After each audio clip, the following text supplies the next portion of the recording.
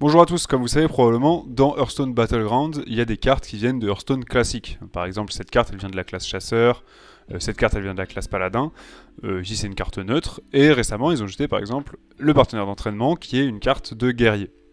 Aujourd'hui, j'aimerais m'intéresser aux cartes qui sont de la classe chasseur de démons, dans Hearthstone normal, et qui pourraient être susceptibles d'être ajoutées au jeu. C'est un peu une genre de prédiction, peut-être que dans les prochains patchs, on va voir ces cartes ajoutées. Je vous en propose 10. On va commencer de la plus faible, mais du coup la plus susceptible d'être ajoutée au jeu, jusqu'à celle qui serait vraiment très forte dans Hearthstone Battlegrounds, et qui donc je pense sont moins probables d'être ajoutées, mais seraient quand même très intéressantes. C'est parti avec la première carte.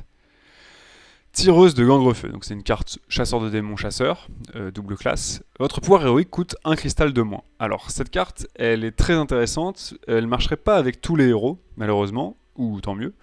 Mais elle serait très intéressante parce qu'on n'a pas encore de cartes qui jouent sur le pouvoir héroïque dans Battleground. Et je pense qu'il y a vraiment des héros type, je sais pas, Carniflore, Eudora. Par exemple, vous achetez ça, on pourrait imaginer que ce serait une taverne 1. Donc vous achetez ça au tour 1 et vous pouvez power. Pareil, je pensais à Galacron. Galacron serait très intéressant pour lui d'avoir cette carte, puisque en fait, ça concerne un peu tous les héros qui ont un pouvoir actif qu'ils font à tous les tours, d'accord. Donc c'est sûr que des héros comme Fongimancien qui a un pouvoir passif, ça lui sert à rien. Mais des héros comme, je sais pas, elle est où, Xyrella, voilà, ça lui coûte un de moins chaque tour, on peut faire des curves vraiment très intéressantes. Donc je pense que si cette carte était un niveau 1, elle serait forte, sans être abusée, et vraiment hyper intéressante. En numéro 9, je vous propose cette carte. Alors pareil, ça c'est une mécanique qu'on ne connaît pas dans Battlegrounds, qui serait de donner de l'attaque à votre héros. Alors, bon, vu la puissance de la carte, ce serait un démon donc de taverne 1, qui garde plus 1 d'attaque à votre héros pendant ce tour. Alors qu'est-ce que ça veut dire? Ça voudrait dire que si vous gagnez le combat, vous feriez des dégâts en plus, un dégât de plus, à la personne que vous tuez. Enfin, que vous battez. Alors, comme ça paraît quand même très faible parce que déjà le body est nul. De 1, c'est une des plus faibles stats de Battleground. Et en plus, il faut gagner le combat pour que ça ait un quelconque impact et c'est un impact que sur un seul tour. Mais imaginez, vous êtes très bien dans votre game, vous êtes bien devant. Vous battez tout le lobby, vous achetez cette carte une fois ou deux fois dans un tour, ou même vous pouvez les acheter et les garder en main. Et hop, vous êtes sûr, comme vous allez gagner votre combat, vous faites genre 3-4 dégâts en plus, et c'est ce qui peut vous permettre d'avoir la victoire. Si vous avez un Bran, vous pouvez booster le cri de guerre. Et donc, je trouve que ce serait une mécanique intéressante, même si ce serait probablement pas très très puissant. En numéro 8, Surveillance Satyre. Alors, encore une fois, ce serait un truc qui ne se déclencherait que si vous gagnez vos combats. Une fois que votre héros a attaqué, invoque un Satyre 2-2. En fait, ce que je trouve intéressant, c'est qu'en fait, ça vous ferait gagner du gold si vous gagnez vos combats. Et en plus, ça vous fait gagner un petit body que vous pouvez soit revendre, soit garder pour essayer de le tripler. Donc pareil, ça pourrait être un taverne 1 ou peut-être plutôt un taverne 2. Bon, ça c'est à voir. Mais je trouve ça intéressant. Bon, déjà c'est un démon, donc ça peut rentrer dans certaines compos. Et en plus, vraiment cette idée de si vous gagnez un peu de gold. Je trouve que ça donne un peu un incentive à pas monter de taverne de fou et vraiment essayer de gagner la tempo en début de partie pour générer du gold, pour ensuite créer une compo. Voilà, cette carte, je pense, elle serait très intéressante. En numéro, alors attendez, 10, 9, 8, numéro 7, Brute Furie Perçante. Alors ça, c'est une carte vraiment typique Battleground. Un démon. Alors il y a beaucoup de démons en chasseur démon. Une fois que ce serviteur a été attaqué, inflige un point de dégâts à tous les adversaires. Donc ce serait très puissant en early, je pense que ça devrait être un niveau 3 voire un niveau 4. Et en plus, évidemment, contre mecha, contre certaines compos, ça casserait tous les boucliers divins. Okay, un peu à la manière de la carte niveau 4 là qui casse tous les boucliers. Que je trouve vraiment, je suis un peu déçu qu'ils aient ajouté cette carte à la place de la goule. Bon, elle fait des trucs sympas, hein. Le fait qu'elle ait 3, ça permet de faire certaines compos Exodia intéressantes. Mais voilà, on pourrait très bien imaginer un démon de plus, anti-bouclier. Surtout que les démons, c'est quand même une classe qui galère un peu. Donc, si on pouvait leur donner des tools pour battre certaines autres races, ce serait vraiment bien. En fait, ça me fait plus penser même au dragon là, qui casse les boucliers. Celui-là, lui quand il attaque, il fait des dégâts à 3 serviteurs. Enfin, voilà, là ce serait un peu la même idée. En numéro 19, 8, 7, 6, en numéro 6, Invocatrice Gangrénée. Alors, je sais pas trop quoi penser de ça, je sais pas si ce serait fort ou pas. 8-3, Râle d'Agonie invoque une carte démon aléatoire de votre main. Donc en fait, ce qu'il faudrait, c'est garder des démons en main, poser ça, et en fait, ce que ça fait, en fait, ça vous fait une place de plus sur le board en quelque sorte. Imaginez, vous avez ça et un va-et-fendre. Quand elle va mourir, elle va invoquer 2 démons de votre main. Alors, bon, les bons démons que vous n'avez pas envie de poser, je pense surtout à la Mama des Diablotins. Mais bon, il y en a d'autres, mais celui-là c'est le mieux. Imaginez, vous avez 2 mamas en main. Et ben, avec cette carte en doré, ou avec un va-et-fendre, vous invoqueriez les 2 mamas de votre main, et ça prendrait qu'une seule place sur le board. 2 mamas prendraient qu'une seule place. Le problème, c'est que si votre carte elle reste dans votre main, bah, elle peut pas être boostée. On peut pas activer les effets de fin de tour type Gangroptère. Donc bon, je pense en réalité que ce serait pas si fort, mais ce serait intéressant en tout cas de rajouter une mécanique de invoquer des choses depuis votre main, donc garder des cartes qui se déclencheraient sur votre board, quoi. Je sais pas trop si ça pourrait se mettre en place et si ça serait fort, mais clairement une mécanique intéressante. En parlant de mécanique avec la main, numéro 5, donc là je pense que ça commence à être fort vraiment. Héros de sang. Chaque fois qu'un serviteur allié meurt quand vous avez cette carte en main, elle gagne +1/+1. Donc ça, ce qu'il faudrait, c'est l'acheter assez tôt dans la partie.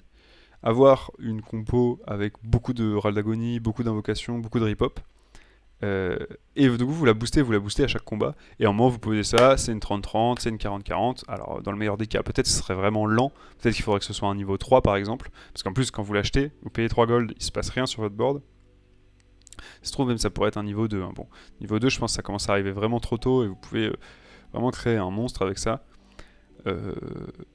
Mais bon, après elle a pas de race, donc vous pouvez pas la rebooster une fois qu'elle est sur votre board. Je sais pas trop, mais en soi, je trouve que, encore une fois, la mécanique de garder des trucs en main, ça peut être vraiment intéressant pour Battleground et changer un peu la manière de jouer. Numéro 4. Là, on arrive vraiment dans les cartes, probablement un peu abusées. Commandant glisse en taille, une provocation Naga. Cri de guerre, si vous avez laissé 3 sorts avec cette carte en main, on invoque 2 copies. Donc en fait, si vous avez lancé 3 sorts alors que vous avez ça en main, vous avez directement une dorée. Alors, comment dire, avoir une dorée c'est puissant dans Battleground parce que ça vous permet de découvrir des trucs d'une taverne supérieure. Et là j'ai l'impression que la condition elle est un peu trop simple. En fait avoir 3 sorts quand il y a des nagas c'est quand même assez simple. Donc soit il faudrait que ça soit un très haut niveau de taverne, genre taverne 5, voire taverne 6, mais bon non taverne 6 ça me paraît... Non, taverne 5 serait bien je pense. Soit il faut que la condition soit plus difficile à atteindre, genre 5 sorts ou 7 sorts, je sais pas.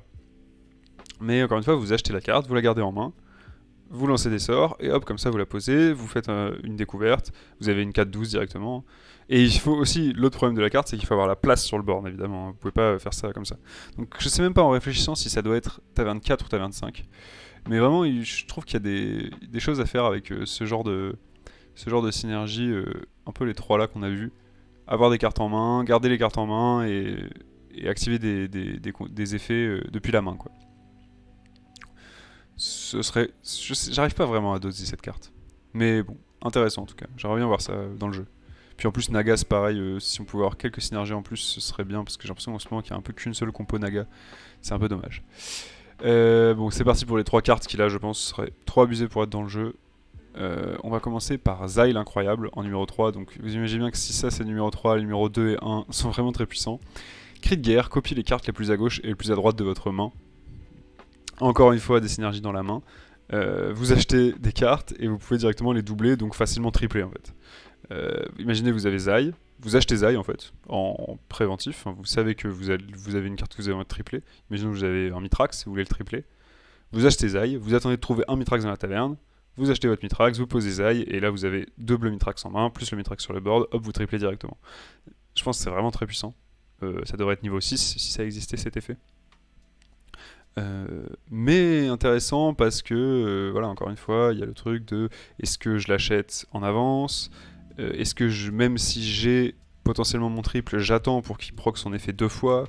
Voilà, plein de choses comme ça intéressantes. Est-ce que je m'en sers pour faire de l'économie juste parce que je le découvre tôt et que j'ai besoin de générer de la tempo tout de suite, ou de l'écho, enfin plein de possibilités avec cette carte. Elle a pas de tribe évidemment, donc ça rentrait avec un peu tout, mais j'aime beaucoup l'idée.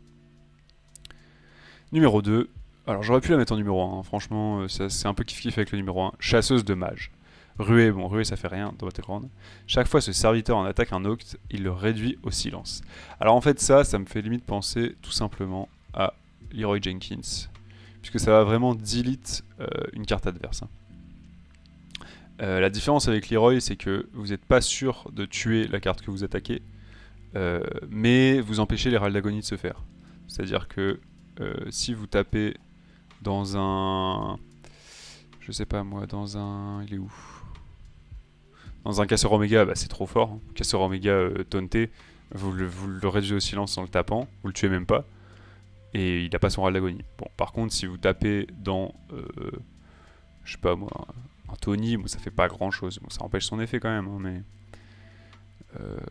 en fait, c'est presque bien sur tout, parce que imaginez vous tapez là-dedans, hop, il se transforme en 5-1, vous le tuez. Enfin, c'est même plus fort que Leroy, je pense. Hein. Donc très intéressant, le silence qui est pas une mécanique qu'on connaît dans Battleground, et c'est un peu une des seules cartes silence qui pourrait rentrer dans Battleground, puisque c'est quand elle attaque, c'est pas en cri de guerre évidemment. Voilà, j'aimerais bien voir du silence, ça permet, encore une fois, ça c'est une carte tech qui permet de s'adapter un peu à la compo adverse, et je trouve ça intéressant, mais peut-être un peu trop fort, peut-être un peu anti-fun, parce que c'est pas trop contrable en fait. Alors ainsi c'est contrable en mettant un taunt un peu nul, mais c'est similaire à Leroy, mais ça pourrait remplacer Leroy. Hein. Je trouve ça à la limite un peu plus intéressant que Leroy. Et enfin, en numéro 1, une carte qui je pense ne sera jamais ajoutée au jeu parce qu'elle serait vraiment abusée. Chasseur d'élite Kreen. Vos autres personnages sont insensibles quand ils attaquent, donc ça ne marcherait que sur vos autres serviteurs. Ça veut dire que quand c'est vos serviteurs qui attaquent, bah, juste ils sont insensibles, ils ont bouclier divin à chaque fois. Alors là, ça serait clairement un niveau 6, je pense. Même s'il a des stats pourris. Donc vos serviteurs pourraient se faire tuer que par les attaques adverses en fait. Alors il faudrait voir qu'est-ce qui se passe si vous attaquez un Leroy. Moi j'imagine si vous attaquez un Leroy, votre serviteur meurt quand même. Mais bon, vous attaquez dans des toxis, enfin, en fait vous avez bouclier permanent sur toutes vos attaques, c'est quand même un peu trop abusé. Ce serait limite un niveau 7. Voilà, mais comme quoi des cartes seulement 3 mana dans Hearthstone, dans Battleground elles peuvent être complètement abusées, alors que cette carte par exemple je pense qu'elle serait pas si abusée. Voilà, donc c'était mon top 10 des cartes chasseurs de démons qui pourraient être ajoutées à Hearthstone Battleground. Il y en a vraiment que je trouverais très sympa, hein, notamment celle-là. Je pense que c'est cette carte qui m'a donné envie de faire cette vidéo. Et celle-là aussi, que je trouve très intéressante. Et celle-là dans une moindre mesure, niveau 6, parce que voilà, c'est un effet peut-être un peu trop fort, peut-être qu'il serait supprimé du jeu assez vite. Parce que ça pourrait faire des dingueries. J'espère que ça vous a plu, et à la prochaine!